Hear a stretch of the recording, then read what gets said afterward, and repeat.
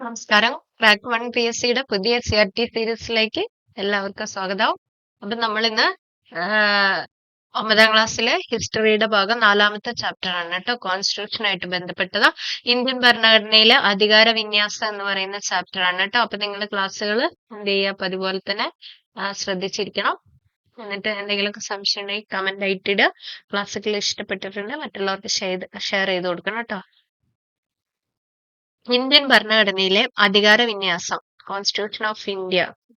വർഷങ്ങൾക്ക് മുമ്പ് നാം വിധിയുമായി ഒരു കൂടിക്കാഴ്ച നടത്തി. ആ പ്രതിജ്ഞ പൂർണ്ണമല്ലെങ്കിലും സുപ്രധാനമായി തന്നെ നമ്മൾ നിറവേറ്റിയ സമയമായിരിക്കുന്നു. ഇന്ന് പാതിരാമണി മുഴങ്ങുമ്പോൾ ഇന്ത്യ ഉണർന്നെഴുന്നേൽക്കും, പുതുജീവിതത്തിലേക്കും സ്വാതന്ത്ര്യത്തിലേക്കും. ഒരു യുഗം അവസാനിക്കുന്നു. ദീർഘനാളായി അടിച്ചമർത്തപ്പെട്ടിരുന്ന ഒരു രാഷ്ട്രത്തിന്റെ ആത്മാവ് ശബ്ദിക്കുന്നു. ഈ അപൂർവ നിമിഷത്തിൽ ഇന്ത്യയുടെയും ഇവിടുത്തെ ജനങ്ങളുടെയും മനുഷ്യരാശിയുടെയും ആകെ തന്നെയും സേവനത്തിനായി സ്വയം അർപ്പിച്ചുകൊണ്ട് നമുക്ക് പ്രതിജ്ഞ ചെയ്യാം. അപ്പൊ ഇത് ആരുടെ പ്രസംഗ? ജവഹർലാൽ നെഹ്റുവിന്റെയാണ് കേട്ടോ. സ്വാതന്ത്ര്യ ദിനത്തിന്റെ അന്ന് രാവിലെ സ്വാതന്ത്ര്യം കിട്ടുന്ന അന്ന് പതിരയ്ക്ക് എന്താ പറയാ, സ്വാതന്ത്ര്യ പുലരിയിൽ ആദ്യത്തെ പ്രധാനമന്ത്രിയായിരുന്ന ജവഹർലാൽ നെഹ്റുവിന്റെ വാക്കുകളാണ് കേട്ടോ മോളിൽ കൊടുത്തിരിക്കുന്നത്. അപ്പൊ വൈദേശിക ഭരണത്തിന്റെ കെടുതികൾ കുടഞ്ഞെറിഞ്ഞ് പ്രതീക്ഷാനിർഭരവും ഉത്തരവാദിത്തപൂർണവുമായ പാതയിലേക്ക് രാജ്യത്തെ നയിക്കാനുള്ള ആഹ്വാനമാണ് ഭരണഘടനാ നിർമ്മാണ സഭയില് ആര് കൊടുക്കുന്നത്? നെഹ്റു നൽകുന്നത്. 1947 എന്ന് നമുക്ക് സ്വാതന്ത്ര്യം കിട്ടിയത് 1947 ഓഗസ്റ്റ് 15-ന്. ഇന്ത്യ നേടിയ സ്വാതന്ത്ര്യം നമ്മുടെ ഭരണഘടനാ നിർമ്മാണ സഭയെ ഏൽപ്പിച്ച ഉത്തരവാദിത്തം വളരെ വലുതും പ്രധാനപ്പെട്ടതുമായിരുന്നു. ബ്രിട്ടീഷ് ഭരണത്തിൽ വിവേചനപരവും ജനാധിപത്യ വിരുദ്ധവും നീതിരഹിതവുമായ നടപടികൾക്ക് ജനങ്ങൾ വിധേയമാക്കപ്പെട്ടിരുന്നു. അന്നത്തെ നമുക്കറിയാലോ, സ്വാതന്ത്ര്യത്തിനു മുമ്പ് ബ്രിട്ടീഷ് ഭരണമായിരുന്നു. അത് തന്നെയായിരുന്നില്ല, വിവേചനമായിരുന്നു അല്ലെ, ഇന്ത്യക്കാരോടുള്ള വിവേചനം, അടിമത്തം, ഇതൊക്കെയായിരുന്നു. അതുപോലെ തന്നെ ജനാധിപത്യ വിരുദ്ധമായിരുന്നു, അതുപോലെ എന്തുമായിരുന്നു, നീതിരഹിതവുമായിരുന്നു. ആ കാലത്ത് ഇന്ത്യൻ സമൂഹത്തിൽ നിലനിന്ന ജാതി വ്യവസ്ഥയും മറ്റു സാമൂഹ്യ ദുരാചാരങ്ങളും മനുഷ്യാവകാശ ലംഘനങ്ങളും ആധുനിക സമൂഹത്തിന് ചിന്തിക്കാൻ കഴിയുന്നതിനും അപ്പുറമായിരുന്നു. സ്വാതന്ത്ര്യാനന്തരം ഇവയ്ക്കെല്ലാം പരിഹാരമാകുന്ന ഒരു ജനാധിപത്യ ഭരണക്രമം, ക്ഷേമരാഷ്ട്ര സംവിധാനം ഉണ്ടാകണമെന്ന ചിന്ത നമ്മുടെ ദേശീയ പ്രസ്ഥാനത്തിനും ജനങ്ങൾക്കും ഉണ്ടായിരുന്നു. അപ്പൊ ഈ സ്വാതന്ത്ര്യത്തിന് വേണ്ടിയിട്ട് ഈ സ്വാതന്ത്ര്യത്തിന് മുമ്പ് നമ്മൾ എന്തൊക്കെ ഒരുപാട് ദുരാചാരങ്ങൾ ഇന്ത്യയിൽ ഉണ്ടായിരുന്നു, അതുപോലെ മനുഷ്യാവകാശ ലംഘനങ്ങൾ ഉണ്ടായിരുന്നു. അപ്പൊ ഇതിൽ നിന്നൊക്കെ വ്യത്യസ്തമായിട്ട് ഒരു ക്ഷേമരാഷ്ട്രത്തെ ഉൾക്കൊള്ളിക്കുക എന്നുള്ള ആശയത്തോട് കൂടിയിട്ടാണ് എന്ത് നിലവിൽ വരുന്നത്? ഇന്ത്യൻ കോൺസ്റ്റിറ്റ്യൂഷനായിട്ടും സ്വാതന്ത്ര്യം കിട്ടിയതിനു ശേഷം ഭരണഘടനാ നിർമ്മാണ സഭ രൂപപ്പെടുന്നത്. സ്വതന്ത്ര ഇന്ത്യ ജനങ്ങൾക്ക് നൽകിയ പ്രധാനപ്പെട്ട 2 വാദങ്ങളിലായിരുന്നു ജനാധിപത്യ ഭരണക്രമവും ക്ഷേമരാഷ്ട്ര നിർമ്മാണവും. അപ്പൊ എന്താ പറയുന്നത്?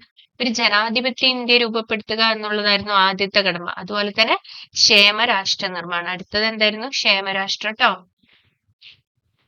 അടുത്തത് എന്തായിരുന്നു? ക്ഷേമ രാഷ്ട്ര നിർമ്മാണം. അപ്പൊ ഏതൊക്കെയാണ്? ഒന്നേതാ? ഒന്ന് ജനാധിപത്യ ഭരണക്രമമായിരുന്നു. അതുപോലെ തന്നെ അടുത്തത് എന്താണ്? അടുത്തെന്താ? ക്ഷേമരാഷ്ട്ര നിർമ്മാണം. ഇതിലേക്കുള്ള ചുവടുവയ്പ്പായിരുന്നു ഭരണഘടനാ നിർമ്മാണ സഭയുടെ രൂപീകരണം. നെഹ്റു അവതരിപ്പിച്ച ലക്ഷ്യപ്രമേയം നമുക്കറിയാലേ. എന്ന ലക്ഷ്യപ്രമേയം അവതരിപ്പിച്ച 1946 ഡിസംബർ 13-നാണ് അല്ലെ. അപ്പം ഈ ഭരണഘടനാ നിർമ്മാണ സഭയുടെ രൂപീകരണം നെഹ്റു ആണ് എന്ത് അവതരിപ്പിക്കുന്നത്? ലക്ഷ്യപ്രമേയം അവതരിപ്പിക്കുന്നത്. എന്നാണ്? 1946 ഡിസംബർ 13-ന്. ലക്ഷ്യപ്രമേയത്തിൽ നിന്നും ഭരണഘടനയിലേക്ക്. എന്താണ് ലക്ഷ്യപ്രമേയം എന്നുള്ളതാ പറയുന്നത്?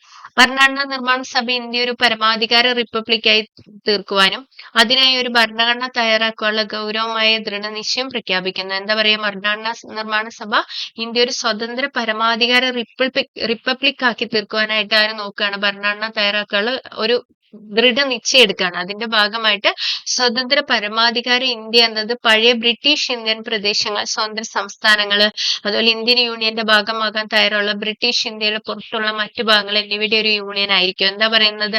അപ്പൊ ഈ ലക്ഷ്യപ്രമേയത്തിൽ പറയുന്ന സ്വതന്ത്ര പരമാധികാര ഇന്ത്യ എന്നത് എന്തായിരിക്കും? ആദ്യം പഴയ കാലത്ത് ഉണ്ടായിരുന്ന ബ്രിട്ടീഷ് പ്രദേശങ്ങളെയൊക്കെ കൂടെ കൂട്ടിയോജിപ്പിക്കുക, അതുപോലെ തന്നെ എല്ലാ ഇന്ത്യൻ സംസ്ഥാനങ്ങളെയും കൂട്ടിയോജിപ്പിക്കുക, അതുപോലെ തന്നെ ഇന്ത്യൻ യൂണിയന്റെ ഭാഗമാകാൻ തയ്യാറായിട്ടുള്ള നാട്ടുരാജ്യങ്ങൾ രാജ്യങ്ങളല്ലേ, ഇതിനെല്ലാം കൂടെ കൂട്ടിയോജിപ്പിച്ചുകൊണ്ട് ഒരു യൂണിയൻ ആയിട്ട് പ്രവർത്തിക്കുക എന്നുള്ളതായിരുന്നു. ഇന്ത്യൻ യൂണിയൻ രൂപീകരിക്കുന്ന പ്രദേശങ്ങൾ സ്വയംഭരണ യൂണിറ്റുകളായിരിക്കും. എന്താ പറയുന്നത്? ഇന്ത്യൻ യൂണിയൻ രൂപീകരിക്കുന്ന പ്രദേശങ്ങൾ എന്തായിരിക്കും? സ്വയംഭരണ യൂണിറ്റുകളായിരിക്കും. കൂടാതെ കേന്ദ്ര ഗവൺമെന്റിൽ നിക്ഷിപ്തമാകാതെയുള്ള എല്ലാ അധികാരങ്ങളും ചുമതലകളും അവയ്ക്ക് നൽകപ്പെടും.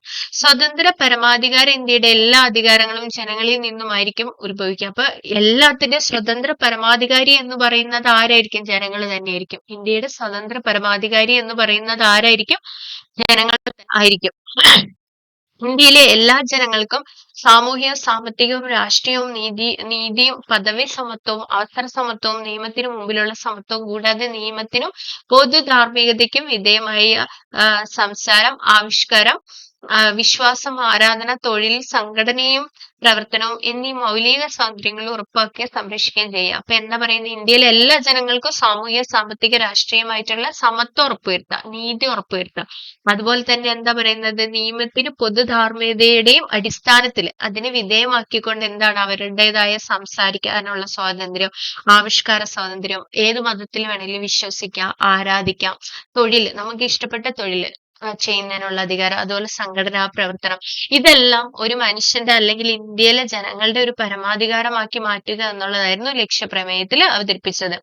1946 ഡിസംബർ 13 ഭരണഘടനാ നിർമ്മാണ സഭയിൽ ജവഹർലാൽ നെഹ്റു അവതരിപ്പിച്ച ലക്ഷ്യപ്രമേയത്തിലെ ചില ആശയങ്ങളാണ് മുകളിൽ കൊടുത്തിരിക്കുന്നത്. അപ്പൊ എന്നാണ് ലക്ഷ്യപ്രമേയം അവതരിപ്പിച്ചത്? 1946 ഡിസംബർ 13. എവിടെ അവതരിപ്പിച്ചത്? ഭരണഘടനാ നിർമ്മാണ സഭയിൽ. ആരാ അവതരിപ്പിച്ചത്? ജവഹർലാൽ നെഹ്റു. ഓർത്തിരിക്കണം കേട്ടോ, ഇത് എപ്പോഴും ബേസിക് ചോദിക്കുന്നതാണ്. ലക്ഷ്യപ്രമേയത്തിന് അത്രത്തോളം ഇമ്പോർട്ടൻസ് ഉണ്ട്. ദേശീയ പ്രസ്ഥാനം മുന്നോട്ട് വെച്ച പ്രധാന ആശയങ്ങളാണ് പ്രമേയത്തിൽ ഉൾക്കൊണ്ടിരുന്നത്. അപ്പം ഇനി ഈ ലക്ഷ്യപ്രമേയത്തെ പിന്നീട് നമ്മൾ എന്തായിട്ടാണ് കാണുന്നത്? ഈ ഭാരതത്തിന്റെ ഭരണഘടന ആമുഖമായിട്ടാണ് കാണപ്പെടുന്നത്. എന്താ കാണുന്നത്? ആമുഖമായിട്ട്. അപ്പൊ നോക്കിയോ, ഭാരതത്തിലെ ജനങ്ങളായ നാം ഭാരതത്തെ ഒരു പരമാധികാര, സ്ഥിതി, സമത്വ, മതേതരത്വ, ജനാധിപത്യ റിപ്പബ്ലിക്കായി സംവിധാനം ചെയ്യാനും അതിലെ പൗരന്മാർക്കെല്ലാം സാമൂഹ്യവും സാമ്പത്തികവും രാഷ്ട്രീയമായ നീതിയും ചിന്തയ്ക്കും ആശയപ്രകടനത്തിനും വിശ്വാസത്തിനും മതനിഷ്ഠയ്ക്കും ആരാധനയ്ക്കുള്ള സ്വാതന്ത്ര്യവും പദവിയിലും അവസരത്തിലും സമത്വവും സംപ്രാപ്തമാക്കുവാനും അവർക്കെല്ലാം ഇടയിൽ വ്യക്തിയുടെ അന്തസ്സും രാഷ്ട്രത്തിന്റെ ഐക്യവും അഖണ്ഡതയും ഉറപ്പുവരുത്തിക്കൊണ്ട് സാഹോദര്യം പുലർത്തുവാനും സഗൗരവം തീരുമാനിച്ചിരിക്കുക നമ്മുടെ ഭരണഘടനാ നിർമ്മാണ സഭയിൽ ഈ 1949 നവംബർ 26 ഇതിനാൽ ഈ ഭരണഘടനയെ സ്വീകരിക്കുകയും നിയമമാക്കുകയും നമുക്ക് തന്നെ പ്രദാനം ചെയ്യുകയും ചെയ്യുന്നു. അപ്പൊ എന്താ പറയുന്നത്? ഇത് ആമുഖത്തിൽ പറയുന്ന കേട്ടോ. ഇതിൽ ഒന്നാമത്തെ ഒരു 1 എന്ന് പറയുന്ന ഒരു കാര്യം കണ്ടോ? അതെന്താണ്? 1 ഇതാ ഇവിടെ കൊടുത്തിട്ടുണ്ട്. 1976 ഭരണഘടന 42 ഭേദഗതി ആക്ട് 2 വകുപ്പ് പ്രകാരം പരമാധികാര ജനാധിപത്യ റിപ്പബ്ലിക് എന്നതിന് പകരം എന്താക്കി മാറ്റി? പരമാധികാര, സ്ഥിതി, സമത്വം, മതേതരത്വ, ജനാധിപത്യ റിപ്പബ്ലിക് എന്നാക്കി മാറ്റി. എന്താ പറയുന്നത്? ഏതാ ഭരണഘടന? ഏത് ഭരണഘടനാ ഭേദഗതി? 1976 ഇതുണ്ടോ? 1976 42 ഭരണഘടനാ ഭേദഗതി പ്രകാരം ഏത് ആക്ടാണ്? ആ 2ാമത്തെ വകുപ്പ് ട്ടോ. 2ാമത്തെ വകുപ്പ് പ്രകാരം പരമാധികാര ജനാധിപത്യ റിപ്പബ്ലിക് എന്നതിന് വരെ എന്താക്കി മാറ്റി? പരമാധികാര, സ്ഥിതി, സമത്വ, മതേതരത്വ, ജനാധിപത്യ റിപ്പബ്ലിക് എന്നാക്കി മാറ്റി. ഇനി ഇത് എന്നു മുതൽ നിലവിൽ വരുന്നത്? 1977 ഇതെന്താ? ജനുവരി 3 മുതൽ. എന്ന് മുതലാണ്? 1977 ജനുവരി 3 മുതൽ എന്ത് ചെയ്യും? ഇങ്ങനെ പ്രാബല്യത്തിൽ വരും. ഇനി മേലെ പറഞ്ഞ ആക്ട് 2ാം വകുപ്പ് പ്രകാരം, ഇതവിടെ 2 എന്നൊരു നമ്പർ കൊടുത്തിരിക്കുന്നുണ്ടല്ലോ. 2ാം വകുപ്പ് പ്രകാരം രാഷ്ട്രത്തിന്റെ ഐക്യം എന്നതിന് പകരം എന്ത് ചെയ്യും? രാഷ്ട്രത്തിന്റെ ഐക്യവും അഖണ്ഡതയും എന്നാക്കി മാറ്റി. എന്താക്കി മാറ്റി? രാഷ്ട്രത്തിന്റെ ഐക്യവും അഖണ്ഡതയും എന്നാക്കി മാറ്റി. ഈ അഖണ്ഡത എന്നുള്ള വാക്ക് ഓർത്ത് വെക്കണം കേട്ടോ. രാഷ്ട്രത്തിന്റെ ഐക്യവും അഖണ്ഡതയും എന്നാക്കി മാറ്റി. എന്ന് മുതലാണ്? 1977 ജനുവരി 3 മുതൽ. ഓക്കെ ആണോ? ഇനി ലക്ഷ്യപ്രമേയത്തിൽ അവതരിപ്പിക്കപ്പെട്ടുള്ള എന്തെല്ലാം ആശയങ്ങളാണ് ഇന്ത്യ ഭരണയുടെ ആമുഖത്തിൽ ഉൾപ്പെടുത്തിയെന്ന് താരതമ്യം ചെയ്ത് പരമാധികാര ആർക്കായിരിക്കും? ജനങ്ങൾക്ക് ആയിരിക്കും. അതുപോലെ കുറെ കാര്യങ്ങൾ അതിൽ പറയുന്നുണ്ടല്ലേ, അവകാശങ്ങളൊക്കെ പറയുന്നുണ്ട്, അതൊക്കെ നോക്കുക കേട്ടോ. ഇനി എന്താണ് നമ്മുടെ ഭരണഘടനയുടെ സവിശേഷതകൾ? ആമുഖം കണ്ടില്ല. ഇനി അടുത്തത് ക്യാബിനറ്റ് മിഷന്റെ നിർദ്ദേശപ്രകാരം. അപ്പൊ നമ്മുടെ ഭരണഘടന രൂപീകരിക്കുക എന്നുള്ളത് ആരുടെ നിർദ്ദേശമായിരുന്നു? ക്യാബിനറ്റ് മിഷന്റെ നിർദ്ദേശമാണ് കേട്ടോ. ആരുടെ നിർദ്ദേശമായിരുന്നു? ക്യാബിനറ്റ് മിഷന്റെ നിർദ്ദേശപ്രകാരം 1946 ഡിസംബർ 6 എന്ന 1946 ഡിസംബർ 6 രൂപീകരിക്കപ്പെട്ട ഭരണഘടനാ നിർമ്മാണ സമിതി.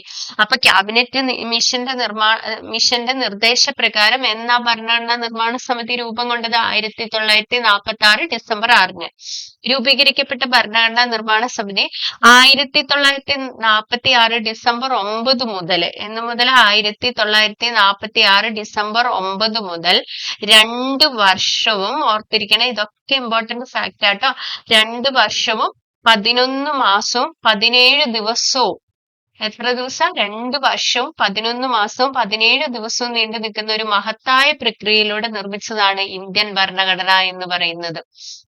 അപ്പൊ നോക്കിയേ, ക്യാബിനറ്റ് മിഷന്റെ നിർദ്ദേശപ്രകാരം 1946 ഡിസംബർ 6 രൂപീകരിക്കപ്പെട്ട ഭരണഘടനാ നിർമ്മാണ സമിതി 1946 ഡിസംബർ 9 മുതൽ 2 വർഷവും 11 മാസവും 17 ദിവസവും നീണ്ടു നിന്ന ഒരു മഹത്തായ പ്രക്രിയയിലൂടെയാണ് എന്ത് നിർമ്മിക്കുന്നത്? ഇന്ത്യൻ ഭരണഘടന നിർമ്മിക്കുന്നത്. ഈ ആമുഖത്തിൽ പറയുന്ന ഏക ഡേറ്റ് ആണ് കേട്ടോ 1949 നവംബർ 26.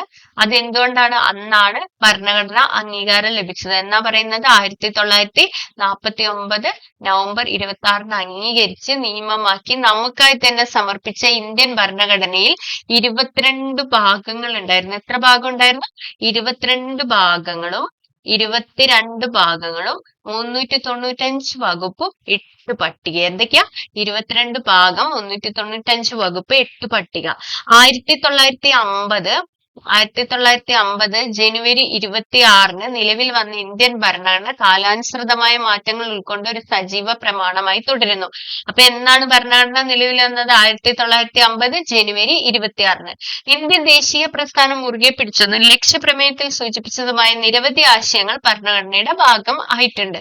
വിശദമായ പഠനങ്ങൾക്കും ചർച്ചകൾക്കും ശേഷം തയ്യാറാക്കപ്പെട്ട ഭരണഘടനയുടെ സവിശേഷതകൾ. അപ്പൊ നമ്മൾ പറഞ്ഞു, ഏകദേശം 2 വർഷവും 11 മാസവും 17 ദിവസം എടുത്തിട്ടാണ് നമ്മൾ എന്ത് ചെയ്യുന്നത്? നമ്മുടെ ഭരണഘടന നിർമ്മിക്കുന്നത്. അതിൽ എന്തൊക്കെ പ്രത്യേകതകളാണ്, എന്തൊക്കെ ഫീച്ചേഴ്സ് ആണ് ഉള്ളതെന്നാ പറയുന്നത്. ഒന്നാമത്തെ, ഏറ്റവും വലിയ എഴുതപ്പെട്ട ഭരണഘടനയായിരുന്നു ഇന്ത്യയുടേത്. ഏറ്റവും വലിയ എഴുതപ്പെട്ട ഭരണഘടന ആരുടേതാണ്? ഇന്ത്യ.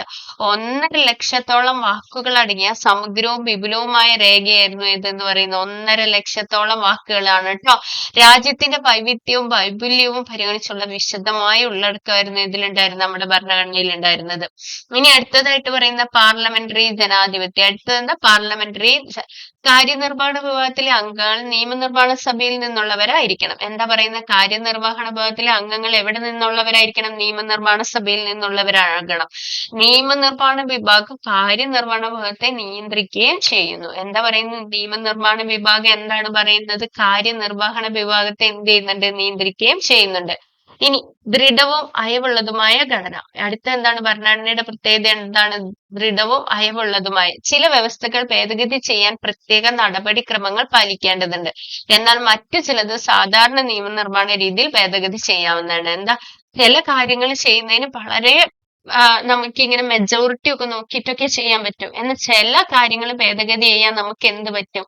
പെട്ടെന്ന് സാധിക്കും എന്നാ പറയുന്നത്. അതുപോലെ മൗലിക അവകാശങ്ങളും മൗലിക കർത്തവ്യങ്ങളും. ഓരോ വ്യക്തിക്ക് രാഷ്ട്രം ഉറപ്പുവരുത്തുന്ന അടിസ്ഥാന അവകാശങ്ങളാണ് എന്ത് എന്ന് പറയുന്നത്? മൗലിക അവകാശങ്ങൾ എന്നാ പറയുന്നത്. എന്നാല് നമുക്ക് അവകാശം ലഭിക്കുന്നതോടൊപ്പം തന്നെ ഓരോ പൗരനും രാഷ്ട്രത്തോടും സമൂഹത്തോടും പാലിക്കേണ്ട ചില ഉത്തരവാദിത്തങ്ങൾ ഉണ്ടല്ലോ. അതാണ് എന്തെന്ന് പറയുന്നത്? അതെന്തെന്ന് പറയുന്നത്? മൗലിക കർത്തവ്യങ്ങൾ എന്ന് പറയുന്നത്. കിട്ടിയോ? ഇനി അടുത്തത് മാർഗനിർദ്ദേശ തത്വങ്ങൾ. ഭാവി രാഷ്ട്രത്തിന്റെ സാമൂഹ്യ സാമ്പത്തിക അഭിവൃദ്ധിക്കായിട്ട് രാഷ്ട്രത്തിന് നൽകിയിട്ടുള്ള നിർദ്ദേശങ്ങളാണ്.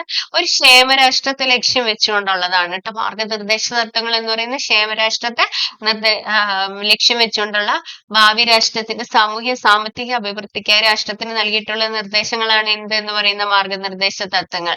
അതുപോലെ ദ്വിമണ്ഡല നിയമനിർമ്മാണ സഭകൾ. ദ്വിമണ്ഡലം മൊത്തം ജനത്തെയും പ്രതിനിധീകരിക്കുന്ന അധോസഭ, അതായത് എല്ലാ ജനങ്ങളെയും ഇലക്ഷനിലൂടെ നമ്മൾ തെരഞ്ഞെടുക്കുന്ന ആൾക്കാരെ ഒക്കെ കൂടെ അംഗീകരിച്ചുകൊണ്ടുള്ളതാണ് അധോസഭ അഥവാ ലോകസഭ.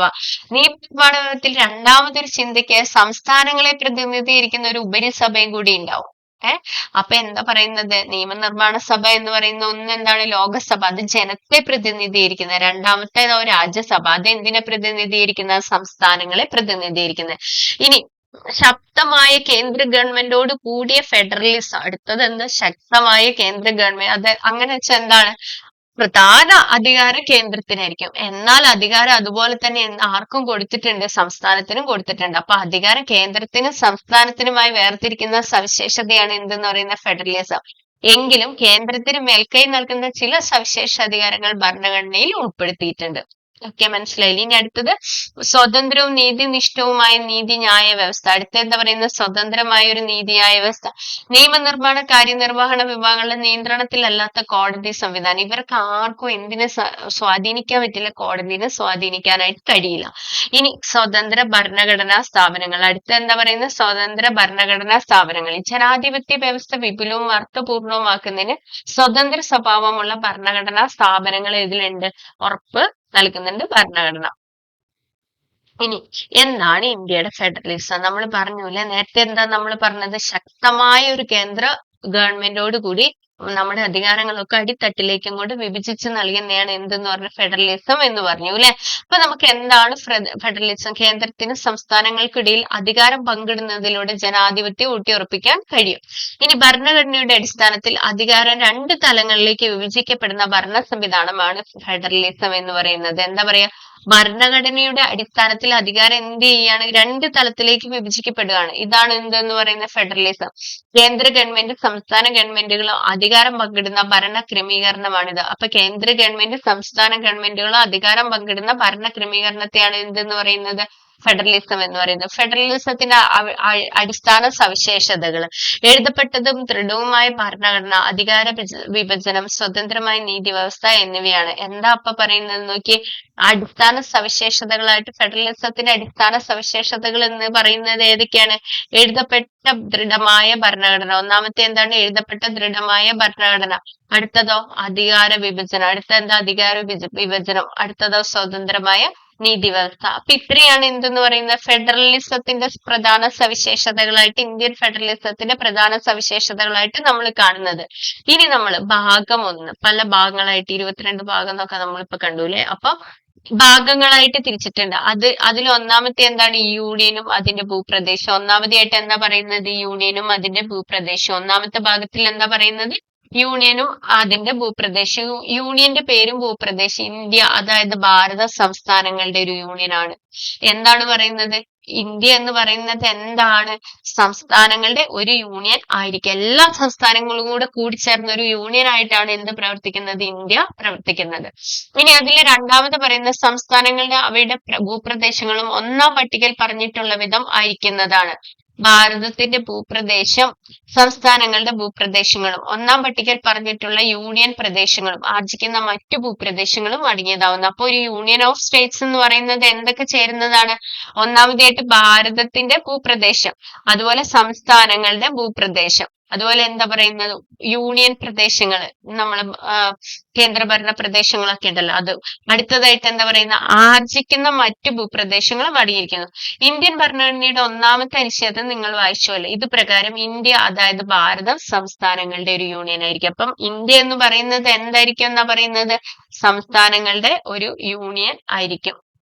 എന്താ പറയുന്നത്? സംസ്ഥാനങ്ങളുടെ ഒരു. എന്നാൽ ഭരണഘടനയിൽ ഒരിടത്തും ഇന്ത്യ ഒരു ഫെഡറൽ രാഷ്ട്രമാണെന്ന് പരാമർശിക്കുന്നില്ല. ഇന്ത്യയിൽ എവിടെ എന്ത് പറയുന്നില്ല? ഇന്ത്യ ഒരു ഫെഡറൽ രാഷ്ട്രമാണെന്ന് പറയുന്നില്ല. ഇന്ത്യയുടെ സാമൂഹ്യവും പ്രാദേശിക ഭൂമിശാസ്ത്രപരമായ വൈവിധ്യങ്ങളെ ഉൾക്കൊള്ളുന്നതിനും രാജ്യത്തിന്റെ ഐക്യവും അഖണ്ഡതയും കാത്തു സൂക്ഷിക്കുന്നതിനും വേണ്ടിയാണ് നാം ഫെഡറൽ സംവിധാനം സ്വീകരിച്ചത്. അപ്പൊ എന്താ പറയുന്നത്?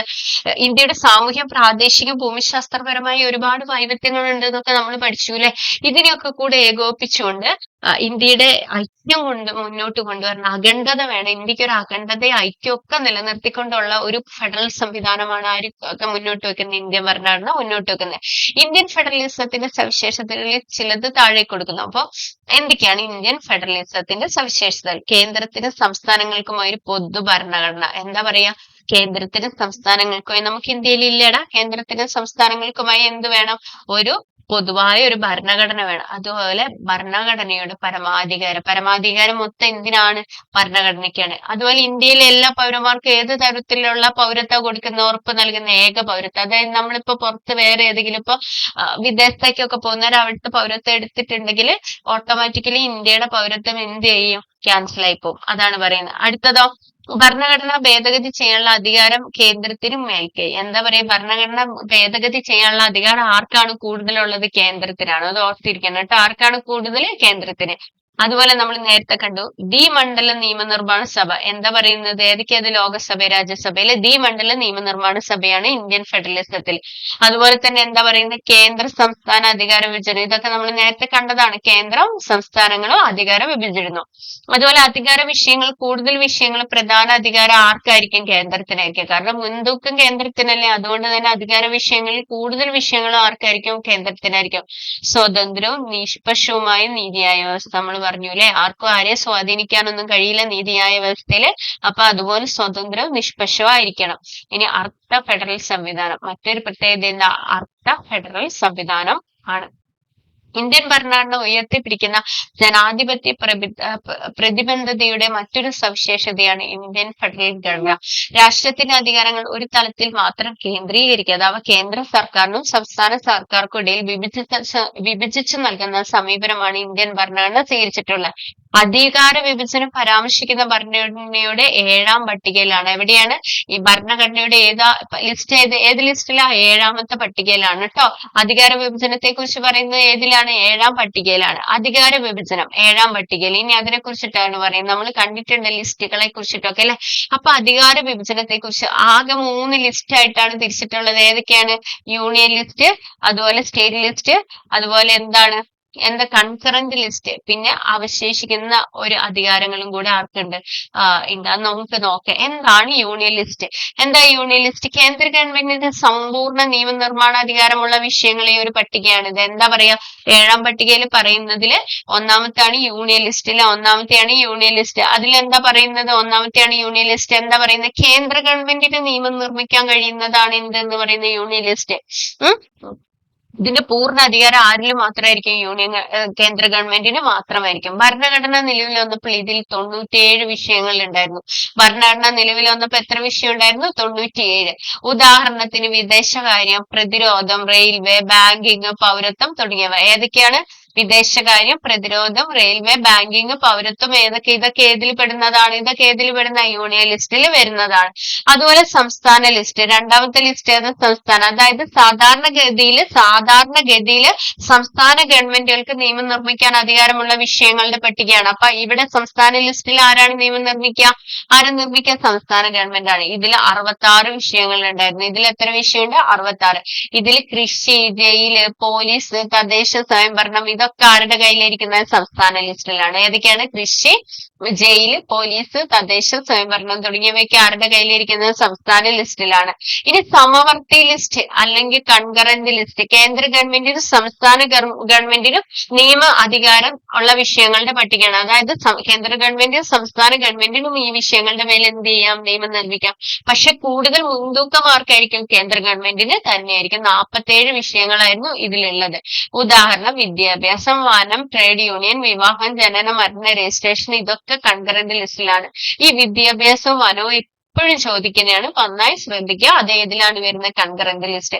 ഇനി അടുത്തത് അവശേഷിക്കുന്ന അധികാരം. ഈ 3 ലിസ്റ്റിലും പെടാത്തയാണ് ഏതെന്ന് പറയുന്നത്? അവശേഷിക്കുന്നത്. മേൽപ്പറഞ്ഞ 3 അധികാര പട്ടികകൾ ഉൾപ്പെടാത്ത വിഷയങ്ങളെ അവശേഷിക്കുന്ന അധികാരങ്ങൾ എന്ന് വിളിക്കുന്നു. ഇവയിലെ നിയമനിർമ്മാണം ആർക്കുള്ളതാണ്? കേന്ദ്ര ഗവൺമെന്റിനുള്ളതാണ്. അതാണ് സൈബർ നിയമങ്ങൾ. അതാണ് എന്തെന്ന് അറിയപ്പെടുന്ന ഈ അവശേഷിക്കുന്ന അധികാരത്തിന് ഉദാഹരണമാണ് ഇത് സൈബർ നിയമം. അപ്പൊ ഇതുണ്ടോ? കേരളത്തിൽ പുതിയ തീവണ്ടി അനുവദിച്ചു. ബിരുദ കോഴ്സുകളുടെ ഘടന പരിഷ്കരിച്ചു. ഇതൊക്കെ ആരാണ്? കേന്ദ്ര ഗവൺമെന്റിന് പറ്റും. അതുപോലെ തന്നെ ആർക്കും പറ്റും? വിദ്യാഭ്യാസം അല്ലെ സംസ്ഥാനത്തിന് പറ്റും. ഇനി ഇന്ത്യ ശ്രീലങ്കയുമായി നയതന്ത്ര കരാറിൽ ഒപ്പിച്ചു. അത് ആർക്ക് മാത്രമേ പറ്റൂ? Union list. ജയിൽ ചട്ടങ്ങൾ പരിഷ്കരിച്ചു. ആർക്കാണ് ജയിൽ ചട്ടങ്ങൾ പരിഷ്കരിക്കാൻ സാധിക്കുന്ന? ആർക്കാണ്? സംസ്ഥാനങ്ങൾക്ക് അല്ലെ. ദേശീയ വയന നയം പ്രഖ്യാപിച്ചു. ഏതിൽ വരുന്നതിന്? കേന്ദ്രത്തിന് സംസ്ഥാനത്തിന് പറ്റും. പുതിയ പോലീസ് നയം പ്രഖ്യാപിച്ചു. അത് ഏതിലെ വരുന്ന? പോലീസ് ഒക്കെ ഏതിലെ വരുന്ന? സംസ്ഥാന ലിസ്റ്റിലാണ്. അപ്പൊ കിട്ടിയില്ലേ? ഇനി ഇപ്പൊ നമ്മൾ പറഞ്ഞത് തന്നെ. ഇനി അധികാരത്തെ വേർതിരിച്ചെടുക്കുന്നത് എങ്ങനെയാണ്? ഇപ്പൊ ഭരണഘടന ഡോക്ടർ BR അംബേദ്കർ ഭരണഘടനാ നിർമ്മാണ സഭയിൽ നടത്തിയ ഒരു പ്രസംഗത്തിന്റെ ഒരു ഭാഗമാണ് ഇവിടെ കൊടുത്ത ഭരണഘടന ഒരു മൗലിക രേഖയാണ്. ഭരണകൂടത്തിന്റെ 3 ഘടകങ്ങളായ എക്സിക്യൂട്ടീവ്, ജുഡീഷ്യറി, ലെജിസ്ലേച്ചർ എന്നിവയുടെ സ്ഥാനവും അധികാരവും അത് നിർവഹിച്ചിട്ടുമുണ്ട്. ഭരണഘടനയുടെ ലക്ഷ്യം ഭരണകൂടത്തിന്റെ സംവിധാനങ്ങൾ സൃഷ്ടിക്കുക മാത്രമല്ല അവയുടെ അധികാരവും പരിമിതപ്പെടുത്തുക എന്നതാണ്. കാരണം ഘടകങ്ങളുടെ അധികാരത്തിന്മേൽ ഒരു പരിമിതിയും ഏർപ്പെടുത്തിയില്ലെങ്കിൽ സമ്പൂർണ്ണ സ്വേച്ഛാധിപത്യം പൂർണ്ണമായും അടിച്ചമർത്തൽ ഉണ്ടാവും. ഇത് ആരുടെ വാക്കുകളാണ്? ഡോക്ടർ BR അംബേദ്കറിന്റെ വാക്കുകളാണ് കേട്ടോ. അപ്പൊ എങ്ങനെയാണ് നമ്മൾ നേരത്തെ കണ്ട പോലെ തന്നെ എങ്ങനെയൊക്കെയാണ് അധികാരം വേർതിരിക്കുന്നത്? ആരിലേക്കൊക്കെയാണ്? ഒന്നാമതായിട്ട് നിയമനിർമ്മാണ സഭ, ഒന്നെന്താണ്? ലെജിസ്ലേച്ചർ, നിയമനിർമ്മാണ സഭ. അടുത്തത് എങ്ങനെയാണ്? കാര്യനിർവഹണ വിഭാഗം, എക്സിക്യൂട്ടീവ്. മൂന്നാമത് എന്താണ്? നീതിന്യായ വിഭാഗം, ജുഡീഷ്യറി. നമ്മുടെ ഭരണഘടനാ വ്യവസ്ഥയിൽ നിന്ന് അംഗീകാരം അധികാരം വേർതിരിക്കൽ സംവിധാനത്തെ കുറിച്ച് ഭരണഘടനാ ശില്പി. അപ്പൊ ഭരണഘടനയുടെ ശില്പി ആരാണ്? ഭരണഘടനാ ശില്പി ആരാ? Doctor BR Ambedkar. ആരാണ്? Doctor BR Ambedkar. ഇന്ത്യൻ ഭരണഘടനാ സംവിധാനത്തിൽ അധികാരം നിയമനിർമ്മാണ സഭ, കാര്യനിർവഹണ വിഭാഗം, നീതിന്യായം ഇവയിൽ ഏതെങ്കിലും ഒന്നിൽ കേന്ദ്രീകരിക്കുന്നത് തടയുന്നതിനും ജനാധിപത്യത്തെ പിന്തള്ളി ഏകാധിപത്യം കടന്നു വരാതിരിക്കാനും ഭരണഘടന ശ്രദ്ധിച്ചിട്ടുണ്ട്. അപ്പൊ എന്താ പറയുന്നത്? നമ്മുടെ അധികാരത്തെ എങ്ങനെയൊക്കെ ആയിട്ട് വിഭജിച്ചിട്ടുണ്ട്? നിയമനിർമ്മാണം, കാര്യനിർവഹണം, നീതിന്യായം എന്നിങ്ങനെ തിരിച്ചിട്ടുണ്ട്. ഇതിലേക്ക് കാരണം എന്താ? ഒരിക്കലും ഏകാധിപത്യവരണം എന്ത് ചെയ്യാൻ പാടില്ല? ഇന്ത്യയിൽ കയറി വരാനായിട്ട് പാടില്ല.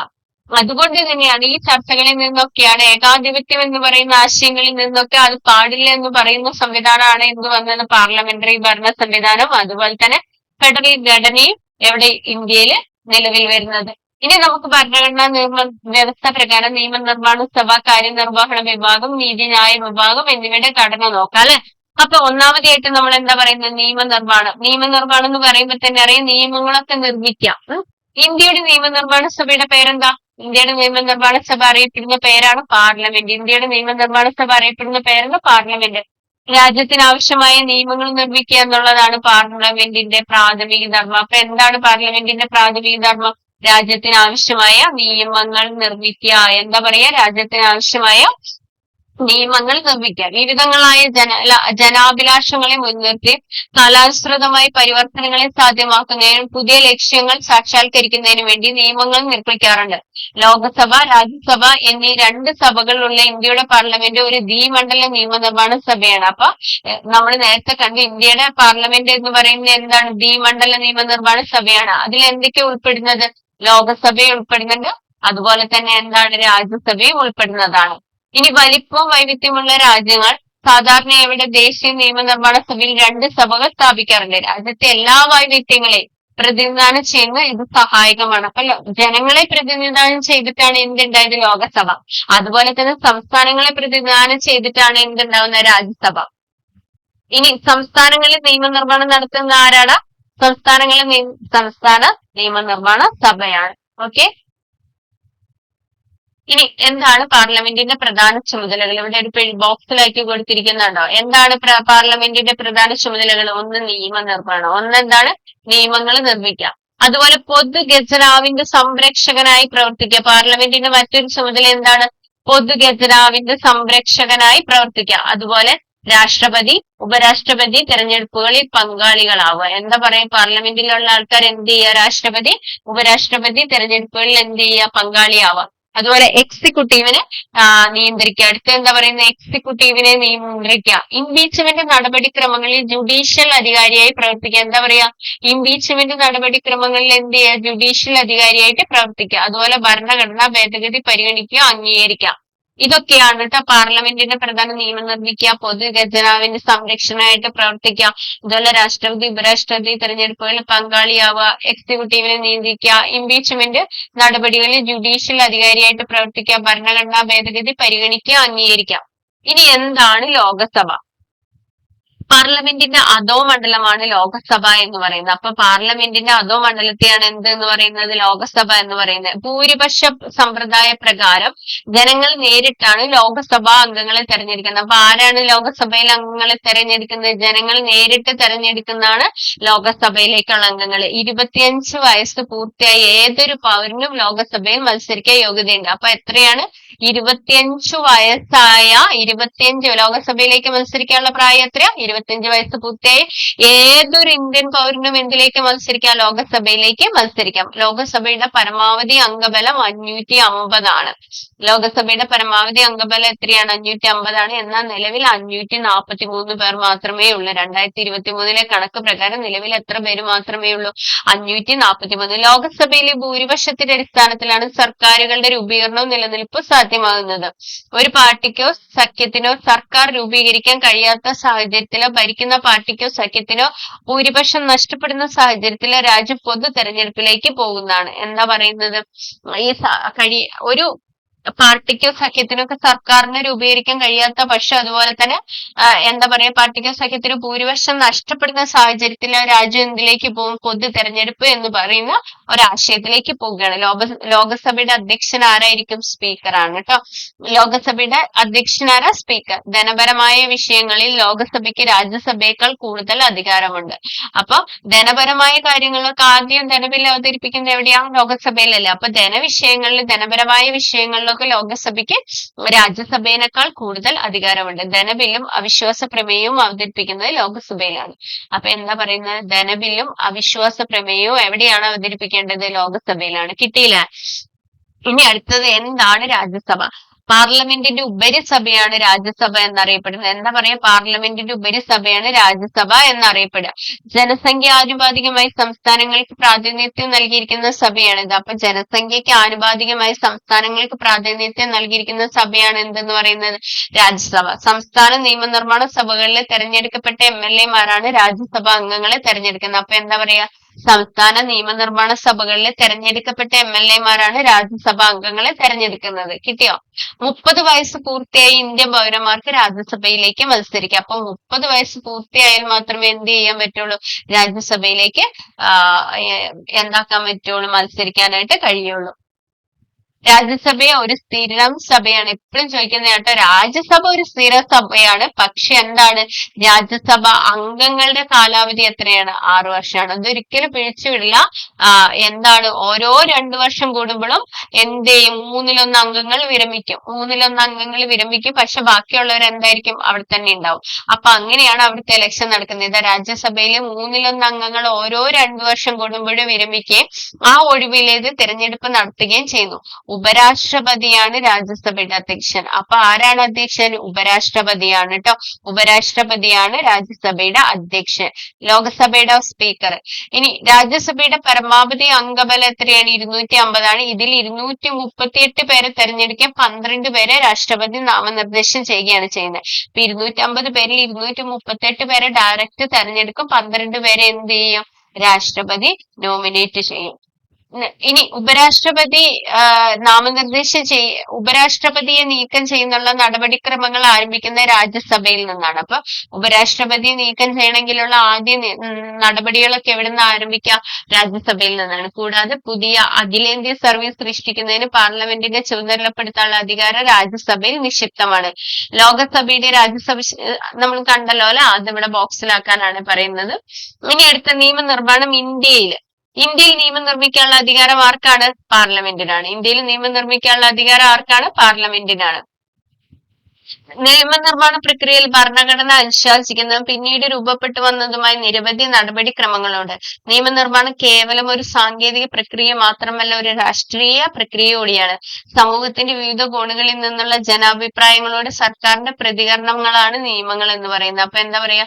ഒരു രാഷ്ട്രീയ പ്രക്രിയ, സമൂഹത്തിന്റെ വിവിധ കോണുകളിൽ നിന്നുള്ള ജനാഭിപ്രായങ്ങളോട് സർക്കാരിന്റെ പ്രതികരണങ്ങളാണ് എന്തെന്ന് പറയുന്ന നിയമങ്ങൾ. രാഷ്ട്രീയ പാർട്ടികളുടെ തെരഞ്ഞെടുപ്പ് വാഗ്ദാനം പാലിക്കുന്നതിന്റെ ഭാഗമായി ഭരണപ്രക്രിയ കൂടുതൽ സുഗമമാക്കുന്നതിനായി നിയമനിർമ്മാണം നടത്താറുണ്ട്. നിയമനിർമ്മാണത്തിന് മന്ത്രിസഭ അംഗീകാരം നൽകിയാൽ ബന്ധപ്പെട്ട മന്ത്രാലയത്തിന്റെ മേൽനോട്ടത്തിലെ നിർദ്ദേശങ്ങൾക്കനുസരിച്ച് ഉദ്യോഗസ്ഥരാണ് നിയമത്തിന്റെ കരട് രൂപം ബില്ലായിട്ട് അവതരിപ്പിക്കുന്നത്. അപ്പൊ ഓരോ ജനങ്ങളും ആവശ്യപ്പെടുന്നതിനനുസരിച്ച് അത് നിയമമാക്കി മാറ്റുകയാണ് ചെയ്യുന്നത്. അത് പിന്നീട് ഓരോ മന്ത്രാലയം അതിന്റെ മേൽനോട്ടത്തിൽ ഓരോ നിർദ്ദേശങ്ങൾക്കനുസരിച്ച് ഉദ്യോഗസ്ഥരാണ് നിയമത്തിന്റെ കരട് രൂപം ബില്ലായിട്ട് തയ്യാറാക്കുന്നത്. നടക്കുന്നത്.